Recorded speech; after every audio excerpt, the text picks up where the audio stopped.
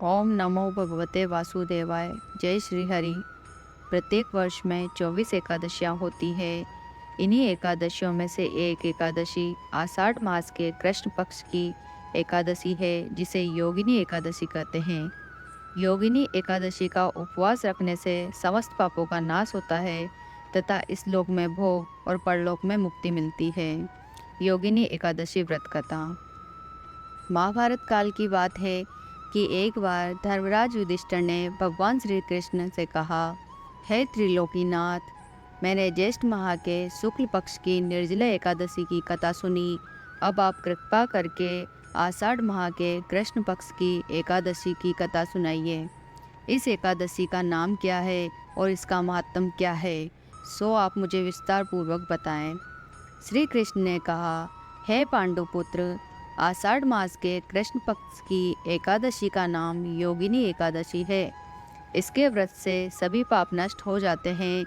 यह व्रत इस लोक में भोग तथा परलोक में मुक्ति देने वाला है। हे धर्मराज, यह एकादशी तीनों लोकों में प्रसिद्ध है। इसके व्रत से सभी पाप नष्ट हो जाते हैं। तुम्हें मैं पुराण में कही हुई कथा सुनाता हूँ, ध्यानपूर्वक श्रवण करो। कुबेर नाम का एक राजा अलकापुरी नाम की नगरी में राज्य करता था। वह शिव भक्त था। उनका हेममाली नामक एक यक्ष सेवक था, जो पूजा के लिए फूल लाया करता था। हेममाली की विशालाक्षी नाम की अति सुंदर स्त्री थी। एक दिन वह मानसरोवर से पुष्प लेकर आया, किंतु कामासक्त होने के कारण पुष्पों को रखकर अपनी स्त्री के साथ रमण करने लगा। इस भोग विलास में दोपहर हो गई। हेममाली की राह देखते देखते जब राजा कुबेर को दोपहर हो गई तो उसने क्रोधपूर्वक अपने सेवकों को आज्ञा दी कि तुम लोग जाकर पता लगाओ कि हेममाली अभी तक पुष्प लेकर क्यों नहीं आया। जब सेवकों ने उसका पता लगा लिया तो राजा के पास जाकर बताया, हे राजन, वह हेममाली अपनी स्त्री के साथ रमण कर रहा है। इस बात को सुन राजा कुबेर ने हेममाली को बुलाने की आज्ञा दी। डर से कांपता हुआ हेममाली राजा के सामने उपस्थित हुआ। उसे देखकर कुबेर को अत्यंत क्रोध आया। राजा ने कहा, अरे अधम, तूने मेरे परम पूज्यनीय देवों के भी देव भगवान शिव जी का अपमान किया है। मैं तुझे श्राप देता हूँ कि तू स्त्री के वियोग में तड़पे और मृत्युलोक में जाकर कोढ़ी का जीवन व्यतीत करे। कुबेर के श्राप से वह उसी क्षण स्वर्ग से पृथ्वी पर आ गिरा और कोढ़ी हो गया। उसकी स्त्री भी उससे बिछड़ गई।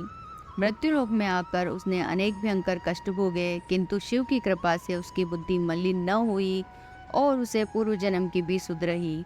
अनेक कष्टों को भोगता हुआ तथा अपने पूर्व जन्म के कुकर्मों को याद करता हुआ वह हिमालय पर्वत की तरफ चल पड़ा। चलते चलते वह मार्कंडेय ऋषि के आश्रम में जा पहुंचा। वह ऋषि अत्यंत वृद्ध तपस्वी थे। वह दूसरे ब्रह्मा के समान प्रतीत हो रहे थे और उनका वह आश्रम ब्रह्मा की सभा के समान शोभा दे रहा था। ऋषि को देखकर हेममाली वहां गया और उन्हें प्रणाम करके उनके चरणों में गिर पड़ा। हेममाली को देखकर मार्कंडेय ऋषि ने कहा, तूने कौन से निकृष्ट कर्म किए हैं जिससे तू कोढ़ी हुआ और भयानक कष्ट भोग रहा है। महर्षि की बात सुनकर हेममाली बोला, हे मुनि श्रेष्ठ, मैं राजा कुबेर का अनुचर था। मेरा नाम हेममाली है। मैं प्रतिदिन मानसरोवर से फूल लाकर शिव पूजा के समय कुबेर को दिया करता था। एक दिन पत्नी सहवास के सुख में फंस जाने के कारण मुझे समय का ज्ञान नहीं रहा और दोपहर तक पुष्प न पहुंचा सका। तब उन्होंने मुझे श्राप दिया कि तू अपनी स्त्री का वियोग और मृत्युलोक में जाकर कोढ़ी बनकर दुख भोग। इस कारण मैं कोढ़ी हो गया हूँ तथा पृथ्वी पर आकर भयंकर कष्ट भोग रहा हूँ।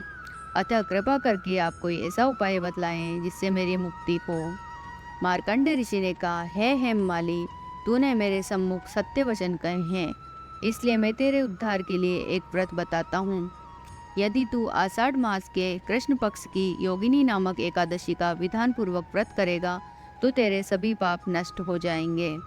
महर्षि के वचन सुन हेममाली अति प्रसन्न हुआ और उनके वचनों के अनुसार योगिनी एकादशी का विधान पूर्वक व्रत करने लगा। इस व्रत के प्रभाव से अपने पुराने स्वरूप में आ गया और अपनी स्त्री के साथ सुखपूर्वक रहने लगा। भगवान श्री कृष्ण ने कहा, हे राजन, इस योगिनी एकादशी की कथा का फल 88,000 ब्राह्मणों को भोजन कराने के बराबर है। इसके व्रत से सभी पाप नष्ट हो जाते हैं और अंत में मोक्ष प्राप्त करके प्राणी स्वर्ग का अधिकारी बनता है।